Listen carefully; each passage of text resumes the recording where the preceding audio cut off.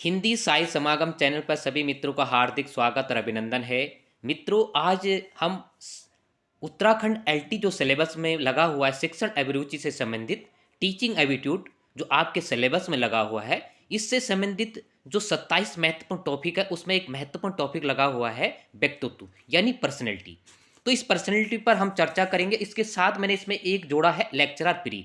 तो आपने देखा होगा पिछले सत्र में जो आपने देखे होंगे, तो लेक्चरर प्री में भी आपका जो है व्यक्तित्व टॉपिक लगा हुआ है। तो दो आधारों पर हम इसको लेकर चलेंगे। और तीसरा महत्वपूर्ण, क्योंकि व्यक्ति के जीवन में व्यक्तित्व का काफ़ी महत्वपूर्ण है, प्रत्येक व्यक्ति का व्यक्तित्व अच्छा होना चाहिए, तो उस पर भी हम परिचर्चा करेंगे। इससे पूर्व हम 18 प्रैक्टिस सेट जो है शिक्षण अभिरुचि के चला चुके हैं इस चैनल के माध्यम से, और साथ ही एलटी लेक्चरर उत्तराखंड से संबंधित 20 महत्वपूर्ण प्रैक्टिस सेट हम जो है हिंदी का इस चैनल से करा चुके हैं, और एनसीईआरटी की 13 क्लासें भी इस चैनल के माध्यम से चला चुके हैं। इस संपूर्ण वीडियो अगर अभी भी आपने नहीं देखे मित्रों, तो आप प्लेलिस्ट में जाकर संपूर्ण वीडियो देख सकते हैं, जिससे आपका आकलन, आपका मूल्यांकन बेहतर रूप से हो सके और आने वाले एग्जाम में आपको इसका पूरा का पूरा फायदा मिल सके। तो देखते हैं, आज का पहला क्वेश्चन देखते हैं व्यक्तित्व से संबंधित। व्यक्तित्व जन्मजात और अर्जित प्रवृत्तियों का योग है। यह परिभाषा दी किसने? ए वुडवर्थ, बी वैलेंटाइन, सी गिलफोर्ड और डी एन एल मन। तो यह परिभाषा किसने दी? तो यह परिभाषा दी किसने? आपने इसका आकलन कर दिया होगा। तो यह परिभाषा किसने दी? तो यह परिभाषा दी वैलेंटाइन ने। इसका आंसर क्या होगा? बी होगा। ठीक है, एक थोड़ा व्यक्तित्व पर हम एक चर्चा, थोड़ा सा हल्का सा चर्चा व्यवहारिक जीवन के लिए चर्चा कर लेते हैं। देखो, व्यक्तित्व और एक होता, साधारण तौर पर हम कभी कभी क्या कहते हैं कि व्यक्तित्व या चरित्र, यानी व्यक्तित्व पर्सनैलिटी और चरित्र यानी करेक्टर। अब अंग्रेजी का शब्द कई प्रकार इस प्रकार के होते हैं कि जो एक तेज, एक आक्रमणकारी और उसमें थोड़ा एक आदमी को उतावला करने वाले शब्द हो जाते हैं। अगर हम किसी को कहते तेरे करेक्टर ऐसा है, तो एकदम से आदमी का जो है इस प्रकार से भावना एक नकारात्मक सोच की तरफ हमारी बढ़ जाती है। और हम साधारण तौर पर अगर उस शब्द का उपयोग हम हिंदी में करें, उस भाषा का प्रयोग हम भाषा को बदलाव या चेंजिंग करें यानी चरित्र, तो वहाँ पर हमें इस प्रकार की भावना में तेजपन नहीं लगता है। तो कई बार हम साधारण जीवन में जो है व्यक्तित्व और चरित्र को एक ही अंश में लेते हैं, लेकिन ऐसा नहीं है। व्यक्तित्व क्या है? व्यक्ति व्यवहार का स्वभाव है। व्यक्ति का व्यवहार का स्वभाव ही व्यक्तित्व है। और चरित्र जो होता है वो कार्यों से होता है, कर्मों से होता है, जिसको हम आचरण भी कहते हैं, जिसको हम सदाचार भी कहते हैं, और जिसके चाल चलन भी कहते हैं कि तेरा चाल चलन कैसा है। और इसमें दोनों में यानी व्यक्तित्व और चरित्र यानी पर्सनैलिटी, और दूसरा होता है कैरेक्टर। अब देखो, इसमें सबसे महत्वपूर्ण यह है कि जो हमारा व्यक्तित्व होता है, यह आंतरिक और बाह्य दोनों गुणों में परिपूर्ण होता है, जबकि चरित्र हमारा भार होता है, ठीक है, भारी गुण से परिपूर्ण होता है। जैसे कि आपने देखा होगा, आप कई बार आपने देखा होगा कि आप कोई भर्ती में या कोई भी परीक्षा में उत्तीर्ण होने के उपरांत जैसे आपको नियुक्ति मिलती है, तो आपको एक पुलिस से या अपने किसी भी अधिकारी से एक कैरेक्टर सर्टिफिकेट लेना होता है, एक चरित्र प्रमाण पत्र लेना होता है। ठीक है, तो उसमें देखा जाता है कि आपने परीक्षा में अनुचित साधनों का प्रयोग किया है, नहीं किया है, इससे पूर्व आप पर कोई क्लेम तो नहीं था। तो भिन्न भिन्न चीज़ें होती है, लेकिन वही व्यक्तित्व हमारा व्यवहारिक जीवन पर आधार होता है। कुल मिलाकर व्यक्तित्व प्रत्येक व्यक्ति के जीवन में सोचना, कार्य करना, महसूस करना होता है, जबकि चरित्र क्या होता है? किसी भी व्यक्ति का नैतिक अनैतिक व्यवहार के बारे में निर्णय को संदर्भित करता है। मतलब तुमने अच्छा कार्य किया है, नहीं किया है, उसके निर्णय पर ही आपका चरित्र का आकलन किया जाता है। ठीक है, चरित्र की एक खूबसूरत जो विशेषता है वो क्या है? जैसे चरित्र की खूबसूरत व्यवस्था में 3-4 चीज़ें काफ़ी महत्वपूर्ण होती है, जैसे विनम्रता, विनयशीलता, सज्जनता और व्यावहारिकता। ये 4-5 ऐसे चीज़ें हैं कि अगर आपके आपकी वाणी में, आपके चरित्र में 4-5 वाक्य नहीं हैं, तो आपका व्यवहार, आपका चरित्र चरित्र तो रहेगा, लेकिन एक व्यवहारिकपन उसमें नहीं आ सकता है। तो अब हम अपने मूल, ये तो चरित्र और व्यक्तित्व के बारे में हमने बात की थी, अब हम फिर लौटेंगे अपने प्रैक्टिस सेट में। तो दिनचर्या के जीवन में इसका भी महत्व है, बहुत बड़ा महत्व है। एक तो चरित्र का यानी कैरेक्टर का, दूसरा व्यक्तित्व जिसे हम क्या कहते हैं, पर्सनैलिटी कहते हैं। कई बार ये वाक्य जो होते हैं, शब्द होते हैं, वो शब्द में ही अपना वजन होता है, वजन होता है, यानी भारीपन होता है। ठीक है, आगे हम देखते हैं दूसरा क्वेश्चन। सेल्डन ने व्यक्तित्व का सेल्डन ने व्यक्तित्व का निम्न में से किस प्रकार का वर्गीकरण नहीं किया? ए गोलाकार, बी आयताकार, सी बहिर्मुखी और डी लंबाकार। तो इसमें से किस प्रकार का सेल्डन ने किस प्रकार का वर्गीकरण नहीं किया? तो यह काफी कठिन क्वेश्चन नहीं था, इसका आंसर आपने लगा लिया होगा। तो इसका सही आंसर क्या होगा? इसका सही आंसर होगा सी बहिर्मुखी। देखो, अंतर्मुखी, बहिर्मुखी, अब उभयमुखी, यह किसने दिया था? यह दिया था युंग ने। ठीक है, अब हम जो है अंग्रेजी में अगर आप पढ़ोगे तो उसको ऐसे पढ़ोगे, क्या पढ़ोगे? JUN और जी पढ़ोगे। ठीक है, यहाँ हो जाएगा जुंग, और हिंदी में उसका अर्थ हो गया, क्या हो गया? युंग। लेकिन जुंगी आपको याद रखना है। और ऐसे शब्दावली तो शुद्ध शब्द अब शुद्ध हिंदी में ही पूछा जाएगा, लेकिन फिर भी एक कई बार कन्फ्यूजन हो जाता है। तो इन 3 पॉइंट को कार्ल जुंग ने जो है सामाजिक आधार पर 3 प्रकार के व्यक्तित्व की संरचना की, एक अंतर्मुखी, बहिर्मुखी और उभयमुखी। यही क्वेश्चन जो है आपका यूसेट उत्तराखंड जो 7 साल बाद परीक्षा हुई थी, उसमें भी इस प्रकार का एक क्वेश्चन पूछा गया था। अब देखते हैं कि सेल्डिन ने कौन से प्रकार बताए। एक बताया था गोलाकार और आयताकार और लंबाकार, इन्होंने भी 3 प्रकार से माना था। ठीक है, बस अंतर यही है, जो ये जुंग है इन्होंने जो है सामाजिक आधार पर माना था, और शारीरिक आधार पर सेल्डिन ने माना था। एक कई बार आता था किस आधार पर, तो इन्होंने किस आधार पर माना था? शारीरिक आधार पर माना था। ठीक है, इन्होंने किस आधार पर माना था? शारीरिक आधार पर माना था। ठीक है, तो इस पॉइंट को भी आप नोट करेंगे। देखो, थोड़ा सा चर्चा, इसमें 22-25 क्वेश्चन होंगे, लेकिन क्वेश्चन कराने का मतलब यह नहीं होता कि आप उस पर सही टिक लगाएं। क्वेश्चन के साथ साथ हमारा रचनात्मक ज्ञान होना चाहिए। जब आप दूसरे के व्यक्तित्व से कोई बोली भाषा या कोई क्वेश्चन को देखते हैं, तो उसमें एक उमंग जैसे कभी कभी आ जाती है, एक तीव्रता, एक जोश जुनून आता है।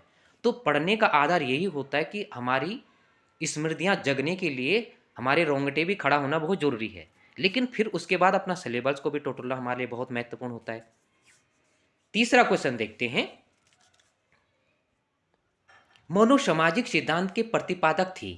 ए एरिक्सन, बी मैस्लो, सी फ्राइड और डी गोल्डस्टीन। तो इसका आंसर क्या होगा? मोनोसामाजिक सिद्धांत के प्रतिपादन किसने किया था? तो यह आपको मालूम होगा कि मोनोसामाजिक सिद्धांत का प्रतिपादन किसने किया था। तो मोनोसामाजिक सिद्धांत के प्रतिपादक कौन थे?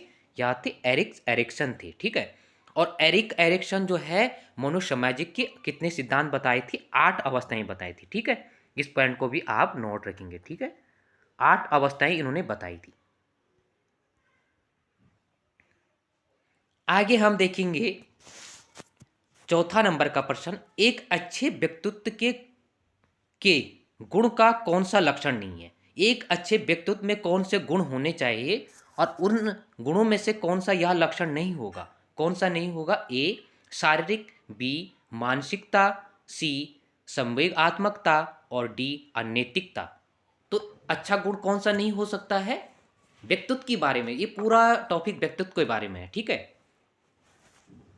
तो इसका सही आंसर क्या होगा मित्रों? इसका सही आंसर क्या होगा क्वेश्चन नंबर 4 का? तो क्वेश्चन नंबर 4 का होगा डी। ठीक है, अनैतिकता का आधार नहीं हो सकता है। ठीक है, अनैतिकता का आधार नहीं हो सकता, नैतिकता हो सकता है। थोड़ा चर्चा कर लेते हैं कि वास्तव में एक अच्छे व्यक्तित्व के क्या गुण होने चाहिए। तो देखो, पहले तो हमें इन 4 महत्वपूर्ण पॉइंटों को नोट करना है। ठीक है, एक अच्छे व्यक्तित्व में शारीरिक, मानसिक, सामाजिक और संवेगात्मक। इससे पूर्व मैंने जब चर्चा की तो मैंने कहा आंतरिक और बाह्य दोनों जरूरी है व्यक्तित्व के लिए। ठीक है, यानी बाहर तो हम ठीक है अपना आचरण कर रहे हैं, हमारा स्वभाव है, लेकिन अंदर अंदर से भी हमारा शारीरिक रूप से भी हमें इसका एक बेहतर होना आवश्यक है व्यक्तित्व के लिए।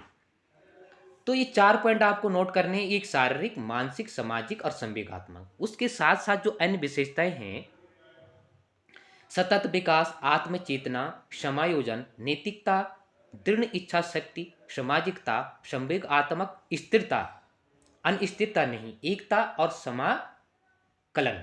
ठीक है, तो ये कुछ पॉइंट आपको नोट करने हैं। आगे हम देखते हैं 5वां नंबर का प्रश्न देखते हैं।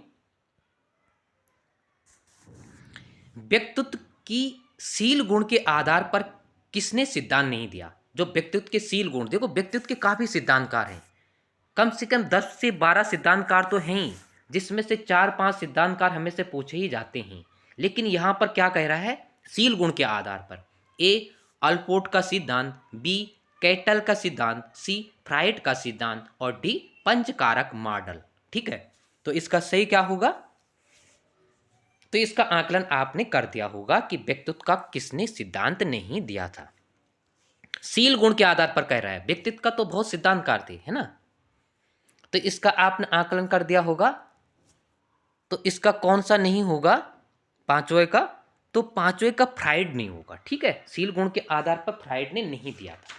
इस पॉइंट को आप नोट रखेंगे। ठीक है, इसमें कैटिल का सिद्धांत तो है ही, जो कैटिल का सिद्धांत है वो शील गुण पर है, और अल्पोर्ट का जो सिद्धांत है वो भी शील गुण पर है। ठीक है, जो आई जेंग है उनका जैविक शील गुण पर है। अब एक आपको कंफ्यूजन हो रहा होगा, 5 कारक मॉडल। ठीक है, तो ये 5 कारक जो मॉडल था ये किसने दिया? यह जो 5 कारक मॉडल था यह पाल कोस्टा तथा रॉबर्ट मैक्रे ने दिया था। ठीक है, दो नाम है इसमें। ठीक है, एक तो पाल कोस्टा तथा रॉबर्ट मैक्रे ने दिया था। ठीक है, तो यह भी किस में आता है? शील गुण में आता है। तो जो नई चीज है, जो आपको भिन्न लग रही है, तो उसको हमेशा ऐसे पॉइंट को नोट कीजिए। ठीक है, और व्यक्तित्व से पिछले बार क्वेश्चन बना ही था। जैसे बहुत महत्वपूर्ण बात है कि यह क्वेश्चन लेक्चरर में भी बना था व्यक्तित्व से संबंधित। अगर ध्यान से आपने ओल्ड पेपर देखे होंगे, सिलेबस देखा होगा मित्रों, तो इसमें जो क्रेचमर है उसका सिद्धांत 18 में भी 21 में भी पूछा गया था। अब जब मैं कह रहा हूं तो आप निश्चित तौर पर उसको देखोगे तो आपको समझ आ जाएगा वास्तव में यह क्वेश्चन आया था। और इसी प्रकार से क्वेश्चन जो है लेक्चरर प्री में भी आया था 2020-21 में। ठीक है, तो व्यक्तित्व दोनों एलटी में भी और लेक्चरर में भी काफ़ी महत्वपूर्ण है, क्योंकि इससे प्रैक्टिस सेट प्रारंभ करने पर भी मैंने आपसे यह कहा था कि ये दोनों स्तर पर हमारे लिए महत्वपूर्ण होगा। ठीक है, अगला 6 नंबर का हम प्रश्न देखते हैं। अपने मॉडल को समझाने के लिए एक हिमखंड के उपमान का प्रयोग किस मनोवैज्ञानिक ने किया? ए अल्पोर्ट, बी जुंग, सी फ्राइड और डी वाटसन। तो यह किसने किया था? हिमखंड की बात कर रहा है। ठीक है, व्यक्तित्व को समझाने का जो मॉडल था वह हिमखंड, यानी बर्फ से, जो बर्फ होती है उससे संबंधित, उससे बात कर रहा है। तो यह सिद्धांत तो आपको मालूम होगा कि इस पर किसने अपने सिद्धांत को आधार बनाया था, आधार बिंदु बनाया था। इसका सही आंसर क्या होगा 6 का? तो 6 का सही आंसर होगा फ्राइड होगा। ठीक है, और फ्राइड ने 3 प्रकार की जो है इस हिमखंड के आधार पर 3 प्रकार का कहा था। उन्होंने कहा था कि बर्फ के टुकड़े का जितना हिस्सा पानी के बाहर दिखाई देता है उससे कई गुना हिस्सा अंदर होता है। यानी 1/3 भाग जो है, अगर 1 भाग बाहर है तो 3 भाग जो है अंदर रहता है बर्फ का, क्योंकि पानी में आप बर्फ डालोगे तो बर्फ भी तो पानी है। तो उससे उन्होंने तुलना की थी, और तब उन्होंने अपना सिद्धांत इस पर दिया था। एक दिया था चेतन, ठीक है, और एक दिया था अर्धचेतन, और तीसरा दिया था अचेतन। ठीक है, इनका प्रतिशत भी दिया था उन्होंने 30%, 10% और 60% के आधार पर उन्होंने इसका आकलन बहुत विस्तार ढंग से किया था फ्राइड का। ठीक है, तो इस पॉइंट को भी आप नोट रखेंगे, काफी महत्वपूर्ण है। और अगर अधिगम और बुद्धि के बाद किसी महत्वपूर्ण टॉपिक अगर तुम्हारे सिलेबस में है तो वह है व्यक्तित्व। ठीक है, 7वां नंबर का प्रश्न है, निम्न में से कौन सी अप्रक्षेपी विधि नहीं है? ए प्रश्नावली विधि, बी साहचर्य विधि, सी साक्षात्कार विधि और डी मिनीसोटा विधि, सूची अस विधि। तो इसमें से कौन सा सही होगा, कौन सा नहीं होगा? अप्रक्षेपी विधि है, प्रक्षेपण, अप्रक्षेपण की बात कर रहा है, अप्रक्षेपी या अप्रक्षेपण की बात कर रहा है यहाँ पर। ठीक है, तो इसका सही आंसर क्या होगा 7वां का? तो 7वां का आपने आकलन कर दिया होगा। तो इसका आपने देखा होगा कि यह सिद्धांत कई बार मैं पढ़ा चुका हूँ, तो आपने इसका आकलन कर दिया होगा। तो इसका कौन सा नहीं होगा, इसका देखो शब्द साहचर्य नहीं होगा। देख ठीक है, अब शब्द साहचर्य हमने कहाँ पर पढ़ा था? ये प्रश्नावली, साक्षात्कार, मिनीसोटा विधि जो है, ये सारे किससे संबंधित है? अप्रक्षेपी विधि है। इसमें और भी हैं, अप्रक्षेपी विधि में और भी हैं, जैसे एक है आत्मकथा। ठीक है, एक आत्मकथा विधि है, उसके बाद अवलोकन विधि भी इसमें आ जाता है। ठीक है, उसके बाद साक्षात्कार हो गया, अवलोकन, व्यक्ति इतिहास विधि।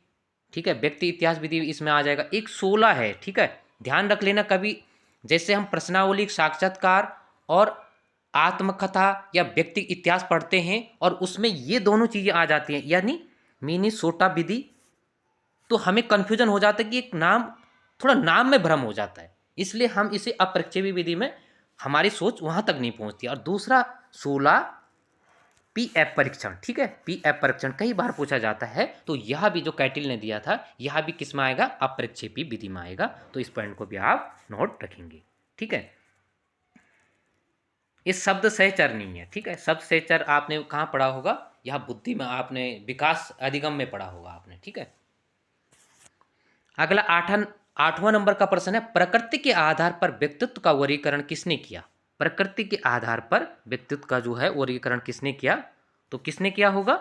ए कैटिल ने, बी विलियम्स जेम्स ने, और सी हर्बर्ट साइमन ने, डी एरिक्सन ने।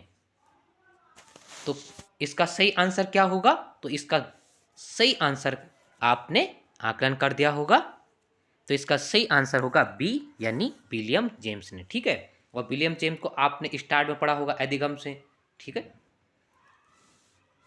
तो इसका सही आंसर क्या होगा? तो इन्होंने क्या किया था? प्रकृति के आधार पर। ठीक है, प्रकृति के आधार पर व्यक्तित्व का क्या किया था? वर्गीकरण किया था। ठीक है, तो हमें देखो, मीन हमें टैट देखना है, कैट देखना है, रोसा स्याही धब्बा देखना है, ये 4-5 के साथ हमें अलग अतिरिक्त सिद्धांत भी देखने हैं गौण। ठीक है, क्योंकि पेपर किसी भी रूप में बनेगा तो वह पेपर आपके से बाहर नहीं जाएगा, आपके पहुंच से बाहर नहीं जाएगा, लेकिन यह कार्य तब होगा जब आप एक विस्तृत रूप से अध्ययन करेंगे। 9वां नंबर का प्रश्न है, फ्राइड के अनुसार हमारे मन को निम्नवत 3 स्तरों में विभाजित किया गया है, इसमें से कौन सा नहीं होगा? ए चेतन मन, बी पूर्व चेतन मन, सी अर्ध चेतन मन, और डी अचेतन मन। ठीक है, फ्राइड ने दिया था ना, तो फ्राइड के अनुसार जो उसने 3 स्तर बताए थे, उसने कहा कि मन के 3 स्तर होते, तो उसमें कौन सा नहीं होगा? तो 9 का सही आंसर क्या होगा? तो आपने आकलन कर दिया होगा, इसका पूर्व चेतन। इस सब आंसर तो मैं भी पूर्व में भी बता चुका हूं कि इन्होंने 3 आधार पर किया था। ठीक है, चेतन, अचेतन मन, चेतन मन, अचेतन मन, इन्होंने 3 तरीके से किया था। ठीक है, तो ये काफ़ी विस्तृत ढंग से इन्होंने इस पर आंसर अपना जो है आकलन एक बेहतर रूप से किया था। ठीक है, तो इसका सही होगा पूर्व चेतन मन नहीं होगा, चेतन मन होगा, अर्ध चेतन मन होगा और अचेतन मन होगा। पूर्व में इस पर हम विस्तृत चर्चा कर चुके हैं। 10वां नंबर का प्रश्न है, किस यूनानी चिकित्सक ने शारीरिक द्रव्यों के आधार पर व्यक्तित्व को 4 भागों में बांटा? ठीक है, यूनानी थे और क्या थे? द्रव्य के आधार पर।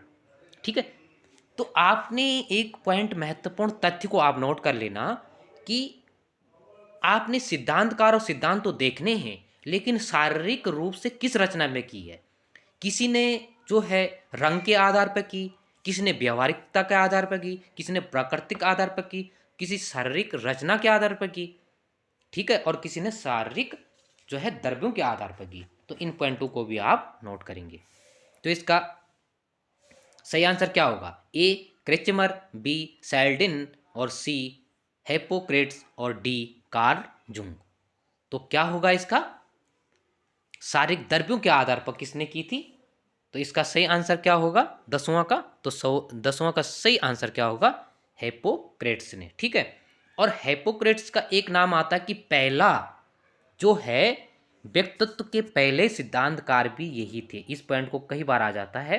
तो पहले सिद्धांतकार कौन थे? यही महोदय थे। कौन थे? हिप्पोक्रेट्स ही थे। और दूसरा सबसे अगर प्रसिद्ध अगर कोई है तो वह जुंग का है, ठीक है ना। जो व्यक्तित्व का सिद्धांतों में सबसे लोकप्रिय अगर कोई सिद्धांत है तो सामाजिक अंतः क्रिया या सामाजिक सिद्धांत के आधार पर कार्ल जुंग का है। 2 पॉइंट को आप नोट कर सकते हैं, ठीक है। दूसरा हम देखते हैं कि इन्होंने जो आधार दिया था, ठीक है, हिप्पोक्रेट्स ने जो 4 भागों में शारीरिक द्रव्य के आधार पर दिया था, एक भाव, एक क्रोधी, फिर रक्त वर्ण और फिर उदासीनता, ये 4 आधार पर दिया था, ठीक है। जबकि इससे पूर्व मैं कह चुका हूं कि जैसे क्रेचमर, ठीक है, और सेल्डिन, इन दोनों ने कितने बताए थे? 3 3 बताए थे। और इनके सिद्धांत कभी मिलते जुलते हैं, इसलिए थोड़ा कन्फ्यूजन हो जाता है, ठीक है। इनके सिद्धांत जैसे गोलाकार, आयताकार, लंबाकार, ठीक है। दूसरा कृष्णकाय, पुष्टकाय, स्थूलकाय, इस प्रकार से सिद्धांत किसका? क्रेचमर का है। तो इन पॉइंटों को भी आप समानता के आधार पर देखेंगे कि कहां पर किसके विचारधाराएं मिल रही हैं। 11 नंबर का प्रश्न है, एरिक्सन मनोवैज्ञानिक मनोसामाजिक अवस्था में पहचान वदनाम भूमिका संभ्रांति की उम्र होती है। ए 2 से 3, बी 3 से 5, सी 5 से 12 और डी 12 से 18। जो सामाजिक आधार पर किसने दिया था? एरिक्सन का सामाजिक मनोसामाजिक सिद्धांत था ना। तो एरिक्सन ने जो मनोसामाजिक सिद्धांत दिया था, तो उन्होंने मनोसामाजिक सिद्धांत में जो है वो एक विस्तृत चर्चा की थी, ठीक है। और जो एक ये फ्राइड है, फ्राइड के सिद्धांत को ही उन्होंने आगे बढ़ाने की कोशिश की थी, उस पर ही कुछ रिसर्च किया था, उसको ही आगे बढ़ाया था। इनका जो एरिक्सन का है, एरिक्सन महोदय का है मनोसामाजिक आधार, तो इन्होंने जो है 8 भागों में इसको बांटा था, ठीक है। 8 अवस्थाएं बताई थी, ठीक है। 8 अवस्थाएं जो व्यक्तित्व को पूरा, अगर व्यक्तित्व कैसा पूरा होता है, एक अवस्था से दूसरी अवस्था पर कैसे जाएगा, जैसे एक सीढ़ी नुमा हम जाते हैं आगे, ठीक है। तो एक स्तर से कैसे दूसरा स्तर पर जाएगा, तो इस आधार पर एरिक्सन ने 8 जो है अवस्थाएं बताई थी। तो उस 8 अवस्थाओं में पहचान बदनाम भूमिका संभ्रांति, तो भूमिका संभ्रांति किस में होगा? पहचान बनाम कर देना इसको, ठीक है। पहचान बनाम भूमिका संभ्रांति, तो इसका सही आंसर क्या होगा? तो आप अपनी रचनात्मक शक्ति से आपने इसका आकलन भी कर सकते हैं। तो इसका थोड़ा कन्फ्यूजन आपको हो रहा होगा, लेकिन इसका आंसर है डी, देखो, ठीक है।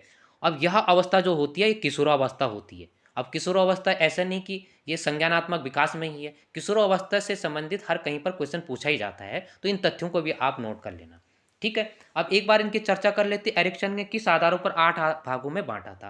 पहले उन्होंने बांटा था विश्वास और अविश्वास, फिर अहम पूर्णता बनाम निराशा, फिर प्रजनन व्यसन निश्चितता, फिर आत्मिकता एकांकीपन, फिर उन्होंने स्वतंत्रता शर्त, उसके बाद बताया था पहल तथा अपराध, और फिर परिश्रम तथा हीनता, और लास्ट बताया था उन्होंने पहचान बनना भूमिका सब भ्रांति आधार पर है। तो इसमें अलग अलग उम्र में बालक की प्रवृत्तियां किस प्रकार होती है, जैसे कि आपने संवेगात्मक पढ़ा होगा, ठीक है।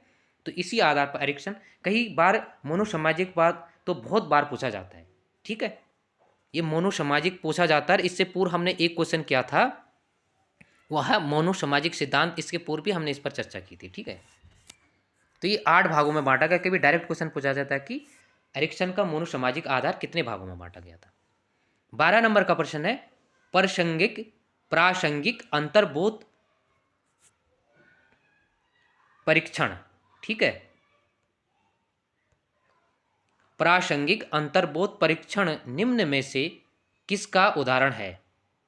किसका उदाहरण है? ए प्रक्षेपण विधि, बी अप्रक्षेपण विधि, सी रेटिंग स्केल विधि, और डी मूल्यांकन विधि। तो कौन सा नहीं होगा इसमें? कौन सा उदाहरण है जो प्रासंगिक अंतर्बोध परीक्षण आपके उसमें लगा हुआ है, ठीक है, जो आपके उसमें लगा हुआ है, तो इसका संबंध किससे है, ठीक है। काफी महत्वपूर्ण यह है। तो यह आपने कई बार यह क्वेश्चन पूछा ही जाता है। तो 12 का सही आंसर क्या होगा? इसका प्रक्षेपी विधि के अंतर्गत आएगा, ठीक है। अभी हमने अप्रक्षेपी विधि में देखा था ना, जिसमें आत्मकथा है, इतिहास है, 16F है, मिनीसोटा है। तो यह हमने कहाँ पर देखे थे? वहाँ देखे थे हमने अप्रक्षेपण या अप्रक्षेपण, ठीक है। और यह प्रक्षेपण देखा था हमने, ये इसमें आएंगे, ठीक है। 13 नंबर का प्रश्न है हरमन रोरसा स्याही धब्बा। हरमन रोरसा स्याही धब्बा परीक्षण में कार्डों की संख्या होती है, तो कितनी होगी कार्डों की संख्या? ए 31, बी 10, सी 11 और डी 13। तो कितनी होगी इसमें कार्डों की संख्या? तो इसमें होगी 10 कार्ड होंगे, ठीक है। अब 10 कार्ड में से इसमें 5 जो कार्ड होंगे वो क्या होंगे? काले और सफ़ेद होंगे, ठीक है। उसके बाद इसमें 2 कार्ड जो होंगे वो काले होंगे और लाल होंगे, और 3 कार्ड जो है काले सफ़ेद और लाल कार्ड होंगे, ठीक है। ये जो 2 कार्ड होंगे, और लास्ट के जो 3 कार्ड होंगे वो अन्य रंग के होंगे। तो कभी ऐसा भी पूछा जा सकता है। तो 3 प्रकार से इसमें कार्डों को बांटा गया है, ठीक है। वहीं बात करें तो इन कार्डों के बारे में भी चर्चा करेंगे जैसे क्वेश्चन आगे बढ़ेगा।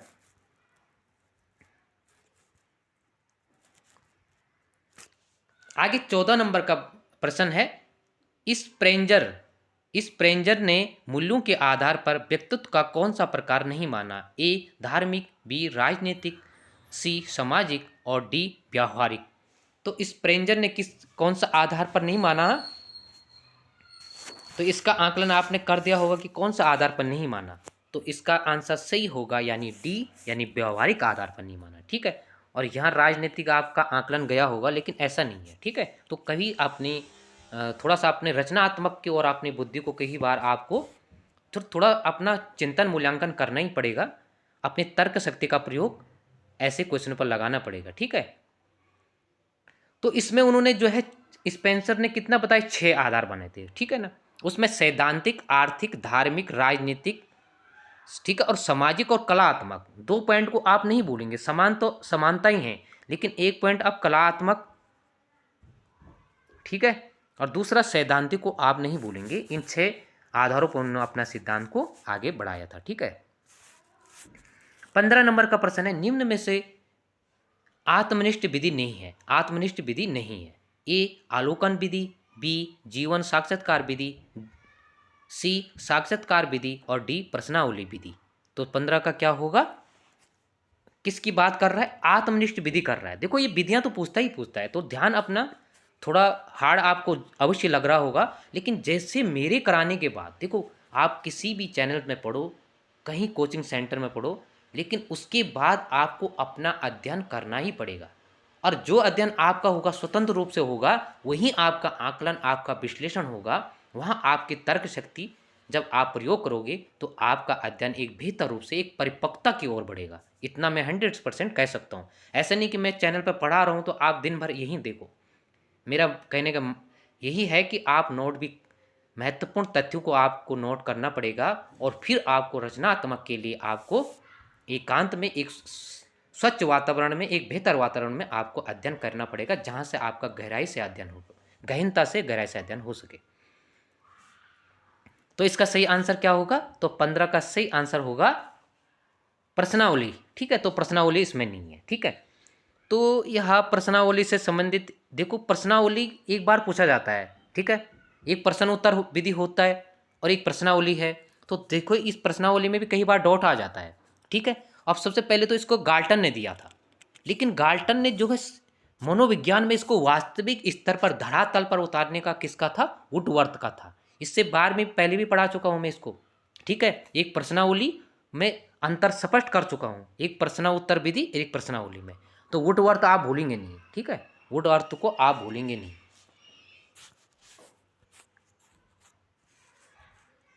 16 नंबर का प्रश्न है व्यक्तित्व का सामाजिक अधिगम का सिद्धांत किसने दिया? A Carl Rogers, B Maslow, C बंडोरा Walter और डी हल और गुथरी। तो किसने दिया था सामाजिक अधिगम का सिद्धांत? किसने दिया था? तो इसका आंकलन आपने कर दिया होगा। इसका सही आंसर है बंडूरा, ठीक है। अभी अधिगम में भी हम पढ़ते हैं, ठीक है, नोट कर लेना। अधिगम को भी हम इसमें पढ़ते हैं, बंडूरा को पढ़ते हैं, ठीक है, बंडूरा को पढ़ते हैं। 17 नंबर का प्रश्न है प्रश्नावली विधि का प्रकार नहीं है, ठीक है। प्रश्नावली विधि का प्रकार नहीं है। तो कौन सा नहीं होगा प्रश्नावली विधि का प्रकार? काफी महत्वपूर्ण प्रश्न है यह। ए बंद प्रश्नावली, बी खुली प्रश्नावली, सी विस्तृत प्रश्नावली और डी सचित्र प्रश्नावली। 17 नंबर का क्वेश्चन है। तो इसका सही आंसर क्या होगा? तो आपने आकलन कर दिया होगा इसका। तो इसका सही आंसर क्या होगा? तो इसका सही आंसर होगा डी यानी सचित्र। इसका सही आंसर होगा 17 का सही आंसर होगा सी यानी विस्तृत प्रश्नावली। सी नहीं होगा, ठीक है। देखो बंद, ये प्रश्नावली हम वहां पर भी पढ़ते हैं सतत और व्यापक आकलन में, ठीक है। लेकिन यहां पर इस किससे संबंधित है? यहाँ प्रश्नावली अभी पहले क्वेश्चन आया था ना, उससे संबंधित, जहां पर हमने गाल्टन की बात की थी। तो गाल्टन ने प्रारंभ में 1880 में यह सिद्धांत को थोड़ा जारी रखा था, परंतु 1918 में यह व्यक्तिगत सूचना पर पत्र के आधार पर वास्तविक धरातल पर इसको लाने का किसका था? श्रेय वुडवर्थ का था, ठीक है। तो प्रश्नावली विधि के 4 रूप होते हैं या 4 प्रकार होते हैं, ठीक है। एक तो हो गया बंद प्रश्नावली, दूसरा होगा खुली प्रश्नावली और तीसरा होगा सचित्र प्रश्नावली। अब देखो कुछ यहाँ पर विस्तृत प्रश्नावली, ठीक है, यहाँ कहाँ पर पढ़ते हैं हम? सतत और व्यापक मूल्यांकन पर पढ़ते हैं। तो इसका मतलब यहाँ नहीं कि यहाँ ऐसा आएगा, और सचित्र के मतलब आपका दिमाग यहाँ नहीं गया होगा, लेकिन इसको आप नहीं भूलेंगे, ठीक है, सचित्र को नहीं भूलेंगे। और चौथा पॉइंट है चौथा इसमें है मिश्रित है एक, ठीक है, एक मिश्रित प्रश्नावली है, ठीक है। बंद प्रश्नावली, खुली प्रश्नावली, सचित्र प्रश्नावली और मिश्रित प्रश्नावली, ठीक है। तो इस प्रकार के प्रश्नावली, पहला हाँ ना में जवाब देना, बंद हो खुली का है पूरा उत्तर देना, और सचित्र है चित्र पर निशान करना, और मिश्रित प्रश्नावली सभी प्रकार के प्रश्नावली का निर्माण का आधार होगा, ठीक है। तो ये नए नए जैसे क्वेश्चन देखो, आपको निश्चित तौर पर मुझे लगता है कि आपको कठिन स्तर अवश्य लगेगा, लेकिन कठिन स्तर के लिए यही तो है, प्रत्येक फैक्ट पर चर्चा हो रही है, ठीक है। और अगर आप इस फैक्ट को अच्छा लगता है तो आप नोट कीजिएगा, लेकिन आप जब प्रश्न इस प्रकार के रचनात्मक प्रैक्टिस सेट देखते हैं और किसी पर विस्तार से गंभीरता से चर्चा देखते हैं, क्योंकि हम अपने मन से पढ़ते हैं, और जब हम अपने मन से पढ़ते हैं तो 2 विचारधाराएं हमारे मन में होती है। एक तो हम कहते हैं कि हमारा ज्ञान बहुत व्यापक स्तर पर पहुंच गया है, और दूसरा हम ऐसा सोचते हैं कि हम पढ़ नहीं रहे हैं। लेकिन जब हम प्रैक्टिस सेट देखते हैं, इस प्रकार का वीडियो देखते हैं, तो उससे कुछ उभर कर आता है, नई चीज़ें उभर कर आती हैं जो हमारे लिए फायदेमंद होती है। आगे 18 नंबर का प्रश्न है, इस पेंजर ने व्यक्तित्व के मूल्यों के आधार पर व्यक्तित्व के कितने भागों में बांटा? ठीक है, इसमें पूर्व भी चर्चा की थी। इस पेंजर ने व्यक्तित्व के मूल्यों के आधार पर व्यक्तित्व के कितने भागों में बांटा था? ठीक है, ए 6 भाग, बी 4 भाग, सी 3 भाग और डी 5 भाग। तो इसका सही आंसर इससे पूर्व मैं बता चुका हूँ इस 18 नंबर का क्वेश्चन का, कि इसका सही आंसर क्या होगा। तो इसका 6 होगा। ठीक है, अभी मैंने बात की थी, इसका 6 आधार हैं, सामाजिक, आर्थिक, धार्मिक और राजनीतिक। और 2 आपने जो देखने हैं, ठीक है, एक तो आपने सैद्धांतिक देखना है, ठीक है, सैद्धांतिक, और छठवां आपने देखना है कलात्मक। तो ये क्वेश्चन कुछ व्यवहारिक रूप से है, लेकिन छोटा सा क्वेश्चन है, लेकिन व्यवहारिक क्वेश्चन कभी कभी अधिकतर पूछे ही जाते हैं। 19 नंबर का प्रश्न है, निम्न में से कौन सा कथन सही सुमेलित नहीं है? ए बुद्धि परीक्षण बी ने, बी सृजनशीलता परीक्षण टॉरेंस, और सी प्रासंगिक अंतर सी है प्रासंगिक अंतर्बोध परीक्षण मैस्लो, और डी है अभिरुचि परीक्षण स्ट्रेंग। ठीक है, अभिरुचि परीक्षण किसका? स्ट्रेंग का है। तो इसमें से कौन सा आंसर आपको सुमेलित नहीं है सही, उस पर आपने सही आंसर लगाना है। तो इसका सही आंसर क्या होगा? इसका सही आंसर होगा प्रासंगिक अंतर्बोध परीक्षण। ठीक है, तो इसका देखो मैस्लो नहीं होगा इसमें, ठीक है, जो है 19 का मैस्लो नहीं होगा। जो प्रासंगिक अंतर्बोध किसका होगा? मूरे का होगा। ठीक है, मूरे और मॉर्गन का होगा। ठीक है, जिसको हम TAT भी कहते हैं ना, तो इनका नहीं होगा। 20 नंबर का प्रश्न है, कामवृत्ति लैंगिक ऊर्जा विकास पर बल देते हुए 5 अवस्थाओं और सिद्धांत किसने बताए। ठीक है, कामवृत्ति पर, कामवृत्ति तथा लैंगिक ऊर्जा के आधार पर विकास के 5 सिद्धांत अवस्थाएं या सिद्धांत बताएं। किसने? ए अल्पोर्ट, बी फ्राइड, सी कैटल और डी आई जैन। तो इसका सही आंसर क्या होगा? तो इसका आंसर सही, आपने आंसर लगा दिया होगा, तो इसका सही आंसर क्या होगा? ठीक है, तो काफी बार प्रश्न पूछा जाता है, तो इसका सही आंसर होगा 20 का बी यानी फ्राइड होगा। ठीक है, और फ्राइड ने जो है काम वृत्ति या लैंगिक ऊर्जा को जो है 5 भागों में बांटा था। ठीक है, कई बार क्वेश्चन भी पूछा जाता है, जैसे मुखावस्था, दूसरा गुदा अवस्था, तीसरा शेषणा अवस्था और चौथा है सुसुप्त अवस्था है और पांचवा जैन इंद्रिया अवस्था। ठीक है, तो इन पॉइंटों को भी आप नोट रखेंगे। 21 नंबर का प्रश्न है, ये भारतीय व्यक्तित्व के संबंध में है। भारतीय दृष्टिकोण के आधार पर व्यक्तित्व का कौन सा गुण नहीं है। ठीक है, भारतीय दृष्टिकोण के आधार पर बता रहा है कि कौन सा गुण जो है व्यक्तित्व का गुण नहीं होगा। तो भारतीय दृष्टिकोण के आधार पर क्या नहीं होगा? तो ए सतोगुण, बी तमोगुण, सी मिश्रित गुण और डी रजोगुण। तो इसमें से कौन सा सही नहीं होगा? तो भारतीय दृष्टिकोण से जो सही नहीं होगा वो आपने आकलन कर दिया होगा मिश्रित गुण। ठीक है, देखो सतोगुण में क्या होता है, देखो भारतीय दृष्टिकोण का ये आधार कहाँ से लिया गया है? ये भागवत गीता से लिया गया है। ठीक है, भागवत गीता से लिया गया है। अब देखो यहाँ पर है या ऐसा नहीं कि ये आए ना आए वो अलग बात है, लेकिन देखो व्यक्तित्व तो सभी के जगह में होगा। अगर आप ग्रीक भाषा में पढ़ते हो, आप अंग्रेजी भाषा में पढ़ते हो, आप लैटिन भाषा में जो पढ़ते हो, तो व्यक्तित्व तो प्रत्येक देश में होगा, प्रत्येक स्थान पर होगा, प्रत्येक क्षेत्र में होगा और प्रत्येक व्यक्ति का व्यक्तित्व होगा ही होगा। तो भगवत गीता में यह कहा गया था कि सतोगुण, तमोगुण और रजोगुण। अब देखो जो सतोगुण होते हैं सभी गुणों से संपन्न, जैसे ईश्वरी और धर्म से आस्था रखना। तमोगुण क्या होता है? जैसे युद्ध प्रेमी, लड़ाई झगड़ा वाला, उसको क्या बोलते हैं? उसको क्या बोलते हैं? तमोगुण बोलते हैं। और रजोगुण में इन दोनों का ही मिश्रण है। ठीक है, जिसमें कर्म गुण और अवगुण दोनों आ जाएंगे। कर्म में आस्था, गुण और अवगुण दोनों प्रकार की प्रवृत्तियां इसमें आ जाएगी। 22 नंबर का प्रश्न है, वरिष्ठ अंतर्बोध परीक्षण। वरिष्ठ अंतर्बोध परीक्षण सेट में कार्डों की संख्या होती है ए 31, बी 10, सी 11 और डी 16। तो इसमें से सही कौन सा होगा?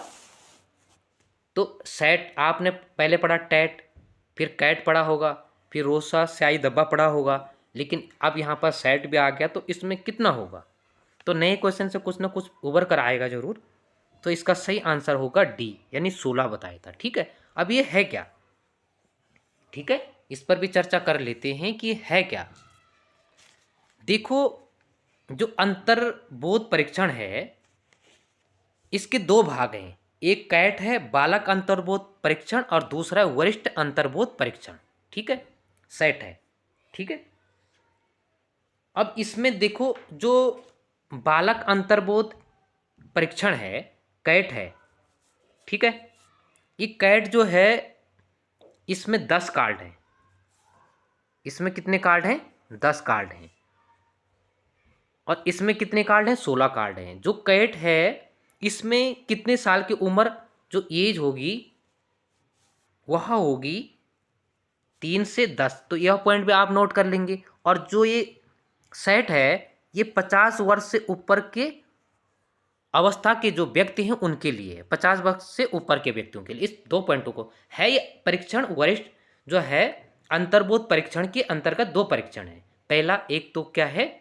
कैट है बालक अंतर्बोध परीक्षण और दूसरा सेट है यानी वरिष्ठ अंतर्बोध परीक्षण। तो यहाँ से आपको नोट कर लेंगे, जो बालक का होगा 3 से 10 वर्ष होगा और जो सेट होगा वो जो है उनकी उम्र जो है 50 वर्ष से ऊपर वालों के लिए यह परीक्षण होगा। तो यह आज का काफ़ी महत्वपूर्ण प्रैक्टिस सेट था और मुझे नहीं लगता कि प्रत्येक तथ्य पर मैंने चर्चा की है। अब क्वेश्चन आने के लिए किसी स्तर पर भी पूछे, लेकिन हाँ हर फैक्ट से मैंने क्वेश्चन को रखने की कोशिश की थी और एक मिश्रण करने की कोशिश की थी, क्योंकि एक व्यक्तित्व से ही संबंधित यह जो है क्या था, प्रैक्टिस सेट था, और इससे ही संबंधित यह महत्वपूर्ण प्रैक्टिस सेट था। तो इसलिए जो है इसको ज़्यादा महत्व दिया गया है, और साथ ही इस पर चर्चा भी की गई कि व्यक्तित्व यानी अर्थात पर्सनैलिटी और चरित्र यानी करेक्टर से भी तो कुछ व्यावहारिकता, जैसे आप व्यावहारिक सोचोगे तो उस प्रकार से प्रैक्टिस सेट में भी आपकी जिज्ञासा जगेगी कि वास्तव में यार आप कुछ तो सर्च करोगे, निश्चित तौर पर करोगे। जब आपको नई चीज़ मिलेगी तो आप निश्चित सर्च करोगे, और उससे आपका ही फायदा होगा, चाहे दिनचर्या के जीवन में हो, चाहे आप कहीं पर व्यक्तित्व तो चाहिए भाई। आपको कल टीचर बनना है तो आपको अच्छी पोशाक से व्यक्तित्व तो नहीं बनेगा, लेकिन फिर भी आपका चाल चलन व्यवहार आंतरिक और बाह्य तरीके से आपका व्यक्तित्व एक स्ट्रॉन्ग, एक मजबूत, एक बेहतर होना चाहिए। तो दोस्तों आज के लिए इतना ही। अगर आप इस चैनल में नए हैं, आपको लगता है, आप अगर इस चैनल को देखते हैं तो आप लाइक कीजिएगा। आप अगर इस चैनल को आगे बढ़ाना चाहते हो तो आप इसको सब्सक्राइबर कीजिएगा, ठीक है। और अगर आप दूसरों को भला चाहते हो तो इस चैनल को अपने मित्रों तक भी शेयर कीजिएगा। मैं ज़बरदस्ती नहीं करूँगा, लेकिन फिर भी आपको लगता है कि 99 100 में से अगर 5% भी आपको अगर फ़ायदा मिलता है तो आप इस विचारधारा को अपना सकते हो कि हमें ऐसा करना है। बाकी आज के लिए इतना ही, फिर भी आप बेहतर प्रैक्टिस लेकर फिर हम आएंगे।